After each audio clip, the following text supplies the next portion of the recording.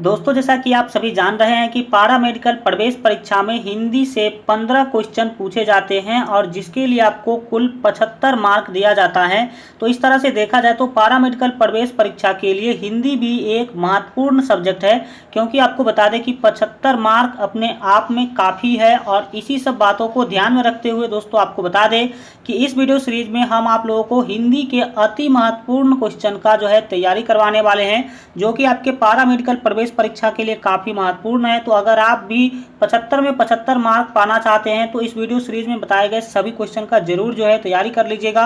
आपको बता दें कि अगर आप इस वीडियो सीरीज के सभी क्वेश्चन का तैयारी कर लेते हैं तो आप 75 में 75 मार्क लाने के लायक हो जाएंगे। तो आशा करते हैं कि आप लोग सभी इस वीडियो सीरीज में बताए गए सभी क्वेश्चन का तैयारी जरूर कीजिएगा। चलिए शुरू करेंगे। यहाँ 1 नंबर क्वेश्चन से शुरू करेंगे। शुरुआत में दोस्तों हम लोग कुछ बेसिक लेवल का क्वेश्चन देखेंगे, क्योंकि शुरू में हम लोग हाई लेवल के क्वेश्चन को देखेंगे तो आपके समझ से बाहर होगा। तो शुरुआत के समय में हम लोग कुछ बेसिक क्वेश्चन देखेंगे। और बेसिक क्वेश्चन ऐसा नहीं कि जो आपके एग्जाम में नहीं पूछा जाता है, क्वेश्चन बेसिक सा है बट आपके एग्जाम में पूछा गया क्वेश्चन है। और आप सभी को पता होना चाहिए कि जो आपका पारामेडिकल प्रवेश परीक्षा होता है, एंट्रेंस एग्जाम होता है, उसमें जो ज़्यादा दबदबा होता है वो व्याकरण का होता है। तो उस सब बातों को ध्यान में रखते हुए क्वेश्चन सेलेक्ट किया गया है, तो इसके लिए आपको सोचने की जरूरत नहीं है। चलिए शुरू करेंगे। और आपको बता दें कि प्रत्येक क्वेश्चन में हम आप लोगों को 5 से 6 सेकंड का समय देंगे, तो उसमें आप लोग कोशिश कीजिएगा आंसर करने का। ठीक है, आंसर करने का हम आप लोगों को टाइम देंगे, तो उसमें कोशिश कीजिएगा आंसर करने का। इससे आपका कॉन्फिडेंस लेवल बढ़ेगा और आपको पता चलेगा कि आखिर कितना अच्छा आपका तैयारी अभी तक हो चुका है, और फिर आप इस तरह से क्या करते जाएंगे, आगे बढ़ते जाएंगे। चलिए शुरू करते हैं। आज का जो फर्स्ट महत्वपूर्ण क्वेश्चन है, पूछा जा रहा है कि त वर्ग का उच्चारण स्थान है। त वर्ग का उच्चारण स्थान क्या है? मूर्धा, दंत, ओष्ठ या फिर कंठ? ABCD क्या सही आंसर होगा? फास्टली आप लोग बताने की कोशिश कीजिए, क्योंकि हम तो आपको आंसर बताएंगे ही बताएंगे। आप लोग भी कुछ करने की कोशिश कीजिए, ठीक है, प्रयास कीजिए। और यहाँ पर इस वीडियो को आप लोग एक टेस्ट के रूप में देखिए। तो चलिए सभी लोग आंसर बताएंगे कि एक का सही आंसर क्या होगा। हम आपको बता दें कि एक का यहाँ पर आपका सही आंसर होगा वो B होगा। डैट मीन्स त वर्ग का जो उच्चारण स्थान होता है वो क्या होता है? दंत होता है। अब बहुत सारे स्टूडेंट पूछेंगे कि सर त वर्ग क्या होता है। तो देखिए, आप पढ़ते होंगे त, थ, द, ध, न, ये क्या है? त वर्ग है। ठीक है, प वर्ग क्या होगा? जैसे प फ का जितना भी आपके अक्षर हैं वो प वर्ग के अंतर्गत आते हैं। उसी तरह क वर्ग क्या होगा? जो क ख के अंतर्गत जितने भी अक्षर आते हैं वो क्या होंगे? तो क वर्ग होंगे। तो आप समझ गए कि त वर्ग क्या होता है। तो त, थ, द, ध, न, ये सभी के सभी क्या है? त वर्ग। और त वर्ग का उच्चारण स्थान जो होता है वो होता है दंत। आप बोल करके देखिए, त बोलते हैं तो कहीं ना कहीं आपको दांत का सहारा लेना पड़ रहा है, इसीलिए हम इसको दंत वर्ण वर्ग भी बोलते हैं या फिर दंत वर्ण भी बोलते हैं। ठीक है, और इसका उच्चारण स्थान क्या है? दंत है। चलिए देखेंगे 2 नंबर महत्वपूर्ण क्वेश्चन पूछा जा रहा है कि प वर्ग का उच्चारण स्थान है। ऑप्शन यहाँ पर दिया गया है दंत, कंठ, ओष्ठ या फिर मूर्धा। तो आप सभी को पता है कि प वर्ग क्या है? प, फ, ब, भ, म, ये है प वर्ग। तो प, फ, ब, भ, म, इसका उच्चारण स्थान क्या है यही आपको बताना है। उच्चारण स्थान आपको रटने की जरूरत नहीं है। जिसका भी उच्चारण स्थान आपसे पूछा जाए तो आप बताएं, आप केवल एक बार उसको बोल करके देखिए। जैसे प बोलते हैं, फ बोलते हैं, तो ओष्ठ जो है उसका आपको क्या करना पड़ रहा है? सहायता लेना पड़ रहा है। तो इसका मतलब है कि इसका उच्चारण स्थान क्या होगा? ओष्ठ होगा। ठीक है, तो 2 का जो यहाँ पर आपका सही आंसर होगा वो C होगा। डैट मीन्स क्या होगा? ओष्ठ। यहाँ पर आपका बिल्कुल सही आंसर होगा। चलिए आगे बढ़ेंगे। इसी तरह से देखेंगे यहाँ पर आपके 3 नंबर महत्वपूर्ण क्वेश्चन पूछा जा रहा है कि च वर्ग का उच्चारण स्थान है। च वर्ग का उच्चारण स्थान क्या होगा? च, छ, ज, झ, यो जो होता है इसका क्या सही होगा? तालु, ओष्ठ, कंठ, इनमें से कोई नहीं। क्या सही आंसर होगा? फास्टली आप लोग बताने की कोशिश करेंगे। हम यहाँ पर आपको बता दें कि 3 का A ऑप्शन सही होगा, तालु। क्या होगा?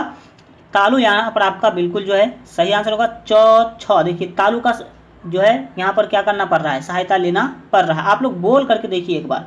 ठीक है, जैसे च का पूछा तो च बोलिए। ठीक है, तो आपको पता चलेगा किसका सहायता लेना पड़ रहा है। 4 नंबर महत्वपूर्ण क्वेश्चन है कि वर्णों के समूह को क्या कहते हैं? समूह शब्द, संयुक्त शब्द, वर्णमाला, इनमें से कोई नहीं। क्या सही आंसर होगा? फास्टली बताएंगे। बेसिक सा ये क्वेश्चन है। तो 4 का यहाँ पर आपका C ऑप्शन से होगा, वर्णमाला कहते हैं। वर्णों के समूह को वर्णमाला कहते हैं। आगे बढ़ेंगे और देखेंगे यहाँ पर आपके 5 नंबर महत्वपूर्ण क्वेश्चन पूछा जा रहा है।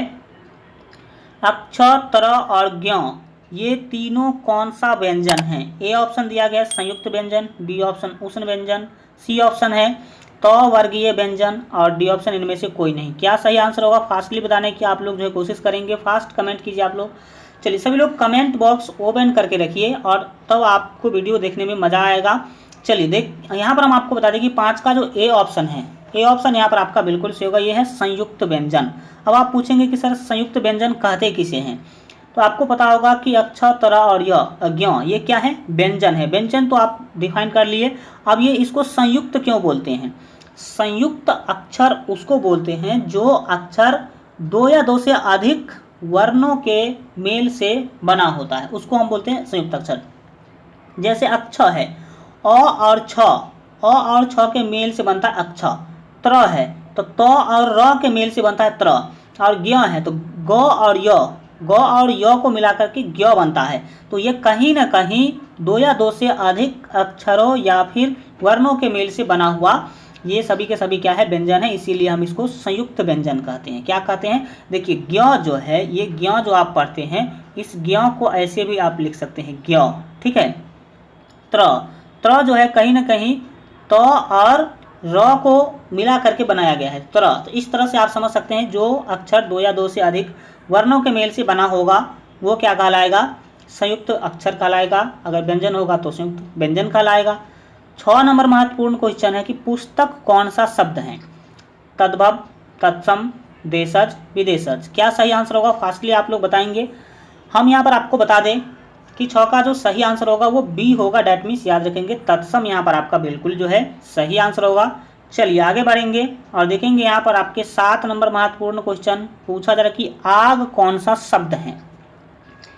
आग जो है वो कौन सा शब्द है? तो 7 का जो यहाँ पर आपका सही आंसर होगा वो क्या होगा फास्टली बताएंगे। आग, तत्सम, तद्भव, देशज, विदेशज। क्या होगा सही आंसर? तो हम आपको बता दें कि 7 का बी ऑप्शन यहाँ पर आपका सही होगा तद्भव। तद्भव है, ये क्या है? तद्भव, ठीक है। चलिए आगे बढ़ेंगे और देखेंगे यहाँ पर आपके 8 नंबर महत्वपूर्ण क्वेश्चन पूछा जा रहा है कि पृथ्वी कौन सा शब्द है? तत्सम, तद्भव, देशज, विदेशन इनमें से कोई नहीं। क्या सही आंसर होगा फास्टली आप लोग बताने की कोशिश कीजिए। चलिए यहाँ पर हम आपको बता दें कि 8 का ए ऑप्शन सही हो जाएगा। डैट मीन्स याद रखेंगे तत्सम शब्द है। पृथ्वी कौन सा शब्द है? तत्सम। आगे बढ़ेंगे देखेंगे यहाँ पर आपके 9 नंबर महत्वपूर्ण क्वेश्चन पूछा जा रहा है कि टेबल कौन सा शब्द है? क्या सही आंसर होगा फास्टली आप लोग बताने की कोशिश कीजिए।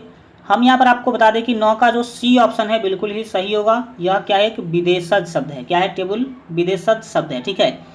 चलिए विदेशज कहते किसको है? जो शब्द, जिस शब्द का उत्पत्ति विदेश में हुआ है उसे विदेशज कहते हैं। जिस शब्द का उत्पत्ति देश में यानी कि हमारे देश में यानी कि भारत में हुआ होगा तो उसको हम देशज बोलेंगे। जैसे लोटा है, पगड़ी है, फुनगी है, ये सब शब्द आपका क्या है? देशज है। 10 नंबर महत्वपूर्ण क्वेश्चन है कि नाक कौन सा शब्द है? यौगिक, रूढ़ या फिर योग रूढ़। क्या सही आंसर होगा फास्टली आप लोग बताइए। हम यहाँ पर आपको बता दें कि 10 का जो आपका सही आंसर होगा वो बी होगा, क्योंकि जो नाक है वो क्या है? रूढ़ शब्द है। क्या है? रूढ़ शब्द। अब रूढ़ कहते किसे हैं? देखिए रूढ़ वैसा शब्द होता है जिसका खंड या टुकड़ा करने पर उसके खंड या टुकड़ा का कोई जो है अर्थ नहीं होता। जैसे नाक का अगर आप खंड करते हैं तो ये होगा ना और प्लस क। तो ना का कोई अपना अर्थ नहीं है और क का कोई अपना अर्थ नहीं है। तो वैसे शब्द जिसका खंड या टुकड़ा करने पर उसका कोई अर्थ न निकले उसे क्या कहते हैं? रूढ़ कहते हैं, ठीक है। चलिए आगे बढ़ेंगे और देखेंगे यहाँ पर आपके 11 नंबर महत्वपूर्ण क्वेश्चन को पूछा जा रहा है कि फूल कौन सा संज्ञा है?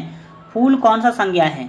समूहवाचक, जातिवाचक, व्यक्तिवाचक या फिर भाववाचक। क्या सही आंसर होगा फास्टली आप लोग बताएंगे। देखना चाहते हैं कितने स्टूडेंट इसका सही आंसर कर पाते हैं। चलिए यहाँ पर हम आपको बता दें कि 11 का जो सही आंसर होगा वो बी होगा। डैट मीन्स याद रखेंगे जातिवाचक है। फूल कौन सा संज्ञा है? जातिवाचक। क्योंकि फूल बोलने से फूल सभी फूल का बोध होता है। वहीं पर अगर आप गुलाब बोलते हैं तो किसी खास फूल का बोध होगा और इस तरह से गुलाब जो है वो व्यक्तिवाचक संज्ञा हो जाएगा, ठीक है। चलिए आगे बढ़ेंगे और देखेंगे यहाँ पर आपके 12 नंबर महत्वपूर्ण प्रश्न पूछा जा रहा है कि ईमानदारी कौन सा संज्ञा है? व्यक्तिवाचक, भाववाचक, समूहवाचक, इनमें से कोई नहीं। क्या सही आंसर होगा फास्टली आप लोग बताने की कोशिश करेंगे।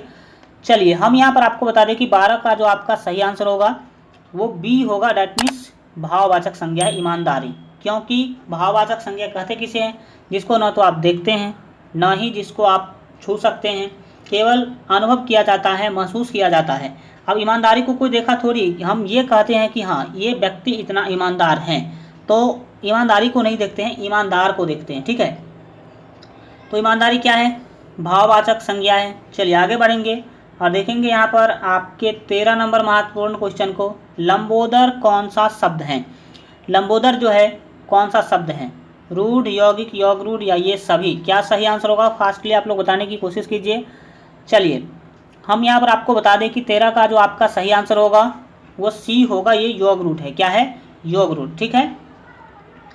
आगे बढ़िए और देखेंगे यहाँ पर आपके 14 नंबर महत्वपूर्ण क्वेश्चन को। 14 नंबर क्वेश्चन के द्वारा पूछा जा रहा है कि सोना कौन सा संज्ञा है? तो 14 का जो यहाँ पर आपका सही आंसर होगा वो सी होगा, देखेंगे द्रव्यवाचक संज्ञा है। क्योंकि जिसको हम न तो जिसको हम लोग जो है इस तरह से आपको याद रखना है कि काउंट नहीं कर सकते, मतलब गिन नहीं सकते हैं, नाप या तौल करके उसका व्यवहार किया जाता है, तो उसे हम द्रव्यवाचक संज्ञा कहते हैं। और सोना बिकता जो है वो तौल करके बिकता है, न कि गिन करके बिकता है, इसीलिए द्रव्यवाचक संज्ञा कहलाएगा। आगे बढ़िए और 15 नंबर महत्वपूर्ण क्वेश्चन है कि मैं कौन सा पुरुष है? मैं जो ये जो शब्द है मैं, ये कौन सा पुरुष है ये आपको बताना है। आप सभी जानते हैं उत्तम पुरुष, मध्यम पुरुष और अन्य पुरुष, 3 प्रकार के जो है पुरुष होते हैं। तो मैं जो शब्द है वो कौन सा पुरुष है? फास्टली आप लोग बताने की कोशिश करेंगे। हम यहाँ पर आपको बता दें कि 15 का जो आपका सही आंसर होगा वो ए होगा, डैट मीन्स याद रखेंगे ये क्या है? उत्तम पुरुष है। चलिए आगे बढ़ेंगे, देखेंगे यहाँ पर आपके 16 नंबर महत्वपूर्ण क्वेश्चन। आप कौन सा सर्वनाम है? आप जो है ये शब्द कौन सा सर्वनाम है? निश्चयवाचक, अनिश्चयवाचक, नीचवाचक, इनमें से कोई नहीं। क्या सही आंसर होगा फास्टली आप लोग बताने की कोशिश करेंगे। चलिए हम यहाँ पर आपको बता दें कि 16 का जो आपका सही आंसर होगा वो ए होगा, यह है निश्चयवाचक। आप जैसे आप कहते हैं कि आप ईमानदार हैं, तो आप जिसको बोल रहे हैं कि आप ईमानदार हैं वो आपके सामने होगा। आप ईमानदार हैं, कोई व्यक्ति आपके सामने खड़ा है और आप उसे बोल रहे हैं कि आप ईमानदार हैं, तो आप किसे ईमानदार बता रहे हैं? किसी निश्चित व्यक्ति को, वैसा व्यक्ति जिसको आप जान रहे हैं, जिसको आप सामने में देख रहे हैं। इसीलिए आप जो शब्द है वो क्या है? निश्चयवाचक सर्वनाम है, ठीक है। चलिए 17 नंबर क्वेश्चन देखिए। पुष्प कौन सा शब्द है? तत्सम, तद्भव, देशज या फिर विदेशज? तो यहाँ पर आपका 17 का जो सही आंसर होगा वो ए होगा, तत्सम। क्योंकि जितने भी संस्कृत के शब्द है जनरली उसे हम तत्सम बोलते हैं, ठीक है। संस्कृत के शब्द क्या कहलाते हैं? तत्सम कहलाते हैं। तो आपको पता होना चाहिए कि पुष्प भी एक क्या है? संस्कृत का शब्द है। चलिए आगे बढ़ेंगे और देखेंगे 18 नंबर महत्वपूर्ण क्वेश्चन। पूछा जा रहा है कि ख्याल, ये पूरा ख नहीं होगा, आधा ख होगा, ठीक है। ख्याल कौन सा शब्द है? देशज, विदेशज, तद्भव, इनमें से कोई नहीं। क्या सही आंसर होगा फास्टली आप लोग बताएंगे। हम यहाँ पर आपको बता दें कि 18 का जो आपका बी ऑप्शन है बिल्कुल ही सही होगा, विदेशज यहाँ पर आपका बिल्कुल जो है सही होगा। क्योंकि ख्याल जो शब्द है वो उसका उत्पत्ति इंडिया में नहीं हुआ है, ये आप याद रखेंगे। चलिए देखेंगे यहाँ पर आपके 19 नंबर महत्वपूर्ण क्वेश्चन। पूछा जा रहा है कि तेंदुआ कौन सा शब्द है? देशज, विदेशज, तत्सम या फिर इनमें से कोई नहीं। क्या सही आंसर होगा फास्टली आप लोग बताएंगे। हम यहाँ पर आपको बता दें कि 19 का जो आपका सही आंसर होगा वो ए होगा, ये देशज है। तेंदुआ क्या है? देशज है, जो कि बाघ का एक प्रजाति है। तेंदुआ क्या है? बाघ का ही एक प्रजाति है, ये आप याद रखेंगे। चलिए आगे बढ़ेंगे। 20 नंबर महत्वपूर्ण क्वेश्चन देखिए। पूछा जा रहा है कि गोल विशेषण है। गोल जो शब्द है वो किस प्रकार का विशेषण है? सार्वनामिक विशेषण, परिमाणवाचक विशेषण, गुणवाचक विशेषण, इनमें से कोई नहीं। क्या सही आंसर होगा फास्टली आप लोग बताइए। चलिए आप लोग बताइए कि इसका क्या जो है सही आंसर हो जाएगा। हम यहाँ पर आपको बता दें कि 20 का सी ऑप्शन आपका सही होगा, याद रखेंगे। गुणवाचक विशेषण है ये, जो भी आपका आकार, रंग, रूप, इस सब का अगर बोध हो तो ये क्या होगा? गुणवाचक विशेषण होगा। आगे बढ़िए और देखेंगे यहाँ पर आपके 21 नंबर महत्वपूर्ण क्वेश्चन। पूछा जा रहा है कि कोई विशेषण है, कोई जो शब्द है ये किस प्रकार का विशेषण है? तो 21 का यहाँ पर आपका क्या सही आंसर होगा, फास्टली आप लोग बताएंगे। चारों ऑप्शन आपके सामने हैं। चलिए हम यहाँ पर आपको बता दें कि 21 का जो आपका सही आंसर होगा वो बी होगा। दैट मीन्स याद रखेंगे सार्वनामिक विशेषण। ये क्या है, सार्वनामिक विशेषण है। चलिए आगे बढ़ेंगे और देखेंगे यहाँ पर आपके 22 नंबर महत्वपूर्ण क्वेश्चन। तुम जा रहे हो, एक वाक्य आपके सामने दिया गया है। क्या है वाक्य, तुम जा रहे हो। तो आपको बताना है कि ये कौन सा काल है। ये जो वाक्य है ये किस काल को प्रदर्शित करता है, वर्तमान काल, भूतकाल, भविष्यत काल। क्या सही आंसर होगा फास्टली आप लोग बताइए। देखिए यहाँ पर क्या बताया जा रहा है, तुम जा रहे हो तो रहा है, रही है, रहे हो, ये सब जैसे ही आ जाए तो आपको पता होना चाहिए कि वर्तमान में, किसमें, वर्तमान में होगा। तो 22 का ए ऑप्शन यानी कि वर्तमान काल को ये सूचित करता है। चलिए आगे बढ़ेंगे और देखेंगे यहाँ पर आपके 23 नंबर महत्वपूर्ण क्वेश्चन। नाक कौन सा लिंग है।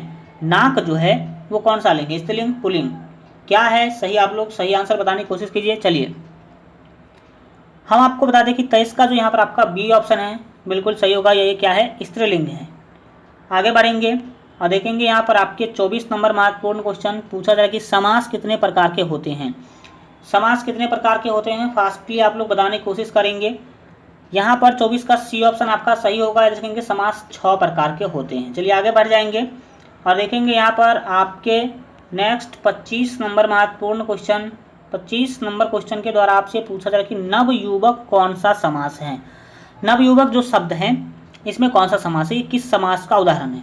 तो 25 का यहाँ पर आपका ए ऑप्शन सही होगा। याद रखेंगे ये कर्मधारय समास है। ठीक है, चलिए आज के लिए इतना ही रखते हैं। आज का वीडियो कैसा लगा कमेंट के माध्यम से जरूर बताइए। और आपको बता दें कि आप लोगों को प्रत्येक दिन जो है इस चैनल पर शाम 8 बजे जो है क्लास मिलेगा। तो 8 बजे का आप लोग इंतजार करते रहिएगा। 8 बजे आप लोग तैयार रहिएगा क्लास करने के लिए। अगर आप अभी तक इस वीडियो को लाइक नहीं किए तो वीडियो को लाइक कर दीजिए, साथ ही अपने दोस्तों में अधिक से अधिक शेयर कर दीजिए। और पारा मेडिकल प्रवेश परीक्षा के बेहतर तैयारी के लिए अगर आप अभी तक हमारे मोबाइल ऐप को डाउनलोड नहीं किए हैं तो प्ले स्टोर पर आप लोग सर्च कीजिएगा LGR study app. LGR study app search कीजिएगा तो वहाँ पर सबसे ऊपर में आ जाएगा। वहाँ से आप लोग जो है डाउनलोड कर लीजिएगा, जिसमें आपको सभी सब्जेक्ट के महत्वपूर्ण क्वेश्चन का PDF वहाँ पर आपको मिल जाएगा। डेली क्यूज भी वहाँ पर आपको बिल्कुल फ्री में दिया जाता है। तो वहाँ से आप लोग जाकर के बेहतर तैयारी कर सकते हैं। चलिए मिलते हैं अगले वीडियो में, तब तक अपना ख्याल रखिए और LGR स्टडी देखते रहिए।